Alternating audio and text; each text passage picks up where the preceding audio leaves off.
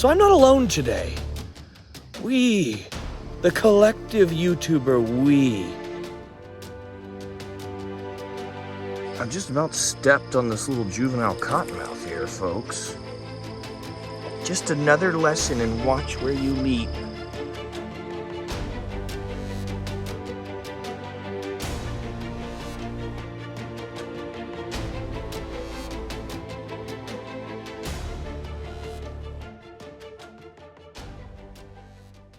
Insects! These six-legged creatures have inhabited our world since long before the time of the dinosaurs, and they have been successful on just about every continent throughout our planet's history. They have done so well by diversifying and filling every possible niche they could find, allowing them to adapt to really any habitable ecosystem. My name is Jack, and I travel all over the globe to find some of nature's most unique and dangerous animals to discover the truth behind them. Today, my good friend and fellow YouTuber Spencer and I are venturing into formidable swamplands here in the lovely state of Florida, armed with our trusty O-lights to see what insect diversity looks like in these dark, swampy waters. These swamps are home to venomous cottonmouths and sizable alligators, so we'll have to keep our eyes peeled for danger as we set out to find our insect targets. Let's see if we can find what we're hoping for. Welcome, friends. We are searching through the aquatic environments to find the organisms we hope to find. And as you can see, I am joined by my trusty dusty O-light. I never go anywhere without my O-lights. And I never go anywhere without my emotional support other YouTuber friends. So I'm not alone today. We, the collective YouTuber we, Jack's World of Wildlife and My Wild Backyard, we're going to be scanning, searching to find aquatic invertebrates and creatures. So we're going to start walking and looking and searching and scanning for the creatures of the night. Join us, friends, if you dare. Ooh. So basically, we are checking out these kind of flooded areas where the swamp starts to creep outward. And that's because there's so much shallow water, and although it's tannin rich and quite dark, it's chock full of fish, minnows, tadpoles, all sorts of stuff, and that's going to be perfect for the aquatic invertebrates we're searching for. Hopefully we can get some diving beetles, hopefully we can get some, maybe some predatory beetles or water scorpions, maybe even some fishing spiders, we don't know. We're going to get out looking, but this is the way to find this stuff, is just getting into the muck, getting into the nitty gritty, and making it work.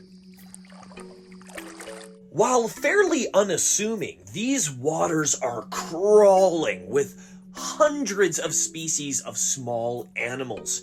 We have to pay careful attention that we don't pass over anything of interest. We've got our work cut out for us, and we've got all night to find everything the swamp has to offer.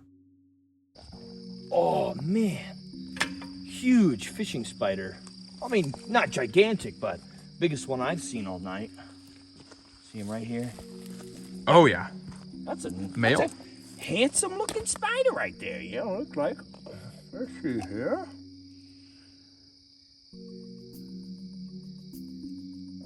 Oh.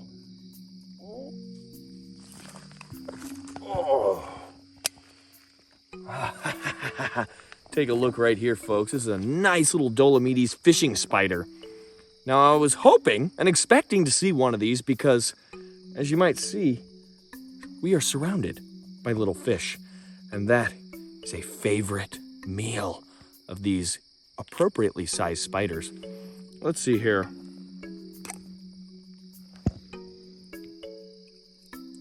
Ooh, nice little jump. Ah! There he goes, runs right off into the night. He's hanging out right here. You see him, folks? He was not interested in getting handled because he's got things to do, places to be, fish to eat. Really, really cool example of these wonderful arachnids being able to adapt to these swampy habitats and feed on animals that you might not genuinely think spiders might eat.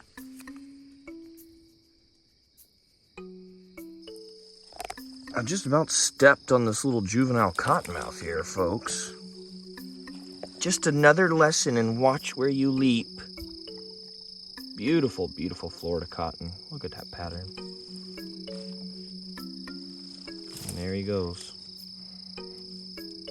These flashlights are great. If you want to get one of your own, check out the video description below for a special look at some fantastic deals and discounts. There. Might be a different one. Oh, yeah. It's a bigger one. Got him? Uh-huh. Yeah. Let's see that thing. Holy crap. Those are... Take a look at this, folks. This is really and truly the top predator of these little tiny ponds here. This little pickerel, he's got a big old mouth full of sharp teeth, and he is destroying the little top minnows and other tiny fish that are just right in here, also getting obliterated by aquatic insects. Take a look at that, folks. Beautiful little pickerel here. Oh! He's upset because he's been captured. He's usually the top dog on the food chain. But a really, really, really cool fish. Nice toothy predator out here that's just destroying these top minnows along with the aquatic insects that we're after tonight. Really, really neat.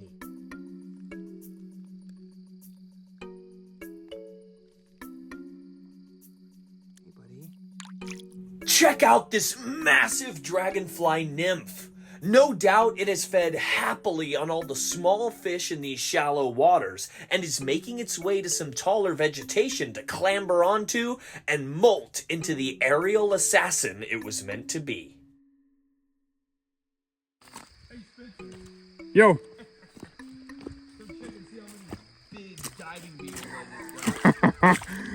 How many do you have? Starting a collection. Let's see. I've got 3 beauties so far. Look at that. Those things are freaking huge. Mm-hmm. They bite you? Not yet. Oh! Those guys are nuts. Let's get these guys. Cool. Let's get these in a little bit more controlled environment. Take a closer look. Yeah, they're really neat. Grab yourself one. Plenty to go around. Slippery. Super slippery. They are the definition of hydrodynamic. Yep. Perfectly adapted to glide through the water and obliterate fish prey. They are gnarly predators. We've actually seen a few of them devouring little minnows in here. Mm-hmm. They've got pretty powerful little jaws. Yeah, I'm trying not to get bit. that they will happily bite you with, and really cool flat kind of broad back legs that they use to paddle pretty quickly through the water. They can kind of chase down. They can match speed with a lot of these minnows because they're out here tearing stuff up. I always say the appearance of an animal can give you lots of clues to its biology, and just look at that shape there. Those plating, that plating they have is not just super hard and armored, but it is extremely interlocked, so they can just glide through the water. The fish out here stand no chance. Those flippers give them extremely amazing maneuverability in that aquatic environment, more so than the fish. They're the fastest and most agile swimmers out here, aside from maybe those big pickerels. And honestly, this is probably too hard for a pickerel to try and take down. Like, that is 100%. That is reinforced. Yeah, fortified. that beautiful shielded exoskeleton. It's not only so hydrodynamic, it's super tough. Yeah, these weird flippery legs are great underwater, but they're basically useless on land. On land, they just flounder and flop around. They look kind of awkward, but that's part of the give and take of it perfectly adapting to an aquatic lifestyle. You kind of forget about, how did I used to walk on land again? I don't remember. It's not important anymore. It's been hundreds of millions of years since they had an ancestor. That's not going to be on the test. Forget about it. So, they may be the terrors of the aquatic ecosystem, but it's not something you have to worry about. They're really, really cool to see, though, because you'll see this big, moving black shape in these puddles and canals and stuff, oftentimes chasing and tearing apart fish. Really, really cool, but it's not the most menacing predator we could possibly come across out here. No, certainly not. There's definitely a bigger kahuna in these waters. So I say, let's get back out in the night and see if we can find one of those. Let's keep searching. Underneath this rock. That'll leech. Yep. See him? See him? That's pretty cool. Yeah. You don't see that too often. It's probably not interested in you. That's neat. Look at him go. What a weird thing.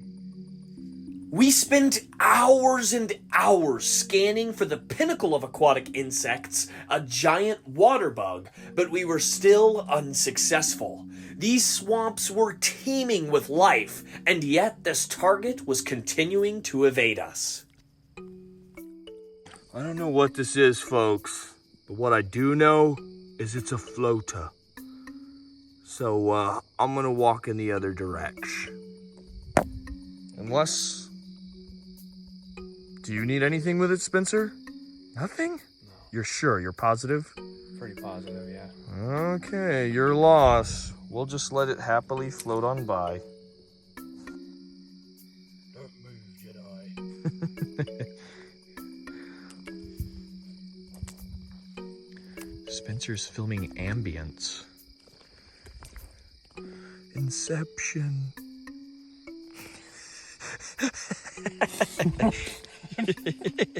Finally, after hours of searching, we got one in our sights. Yo, Jack, bring the net. What you got? I think I've got a water bug. Really? Yeah, I can't see him too well. He's in like the reeds here. An adult or? It doesn't look like it, but it's definitely one. Okay, where's he at? He's right in there. Oh, yeah. All right, let's see. I hope it's one, right? I'm not tripping, right? Did you get him? Let's see here. Scooped up quite a lot of mud. Yep. Is he in there? Yep, he's in there. Is it one? Uh-huh. Dude! You do not know how long I wanted to see one of those. Look at that thing! Yep, a little nymph, That giant is water gnarly. bug. Take a look at that thing. All right. Good spot, man. Dude. Look at that sucker. Oh, man, that is cool. All right, folks, so I've got this lovely little nymph of a giant water bug out in my hands here just to take a closer look at everything that makes these aquatic insects the apex aquatic insects of these ecosystems. These little creatures here, as unassuming as they might be, these guys are at the top of the insect food chain out here. None of these other swimming beetles, none of these other little tiny creatures out here want to tangle with the dangerous end of this water bug. These powerful raptorial claws can be used to barb into their prey, and this sharp, piercing proboscis can inject it with a powerful slurry of digestive juices to not only quickly subdue and kill its prey, but to start the digestive process. This animal has no chewing mouth parts, folks. It is spurting just volumes of horrible, viscous venom into its prey's body, and then digesting it externally, breaking it down. breaking down the cells and all the connective tissues in its prey, and just slurping them all back up. Yikes, folks, yikes, that does not sound like a fun way to go. Now, this is really cool. I don't actually get to come across nymphs very often. A nymph is a juvenile type of insect that goes through incomplete metamorphosis. So these animals are hatched. They come into this world as a much smaller version of the adults. And that's what we're seeing here. The adults get even larger than this and are capable of flight. This was our main insect target here, checking out all these canals and swampy ecosystems. And this was the insect we were hoping to find. And although it's not an adult, it is still an impressive representation of the true size and power of these wonderful little insects. We are super happy to have finally gotten our main aquatic insect target of the night, and I think we've done pretty good at checking off some other really awesome players on the list. Really, really cool stuff, and I'm excited that we got the stuff we were looking for. Well, folks, I really hope you enjoyed our journey into the dark and dangerous swamps of Florida. The dingy darkness filled with the degenerates of the invertebrate world. That's right. I think we cleaned up. I think we cleaned shop out here. About everything we wanted. Everything we wanted. Aquatic beetles, aquatic insects, aquatic fish, the whole 9 yards. We didn't get any terrestrial fish, though. No terrestrial fish at all, for some reason. But thanks, everybody, for tuning in today to our fun little adventure. Special thanks to Olight for sending me some awesome flashlights, for helping us to stay illuminated this wonderful evening. But other than that, that's pretty much all we've got for you today, folks. So hopefully you liked coming along with us to see some neat creatures. Or dare I say, cool critters. Cool critters. That's right. A bit of a deep dive for you folks to figure out what kind of codes we're speaking in today. But thanks so much for tuning in today. Hope you learned something. Hope you enjoyed it. But if you didn't learn and didn't enjoy, I hope we can leave you with a little bit of wisdom, which is there's some cool stuff out here. Really cool stuff. And it might be stuff that maybe you're at home wallowing in your ignorance and thinking, that's not that cool. That's not very awesome. That's not even very interesting. But we're here to say, wrong-o! Not the way to treat your wild animal kingdom brothers and sisters, folks. Or your wild backyard. That's right. Not the way to treat your wild backyard. So I hope that you learned in this video that there's some really cool stuff out here. There's some really neat kind of secret worlds that maybe you're not yourself paying attention to or seeing on a regular basis that are ever much as important and busy as maybe whatever the heck you have going on in your life. So thanks so much for tuning in today. I hope that you have maybe a new founded appreciation for some of these interesting little critters. And we hope to see you next time for the next episode of Jack's World of Wildlife. And if you're not already, go ahead and check out Spencer from My Wild Backyard YouTube channel and go and check out the stuff that he uploads. And until next time, don't forget to get outside and find your own adventure. That's right.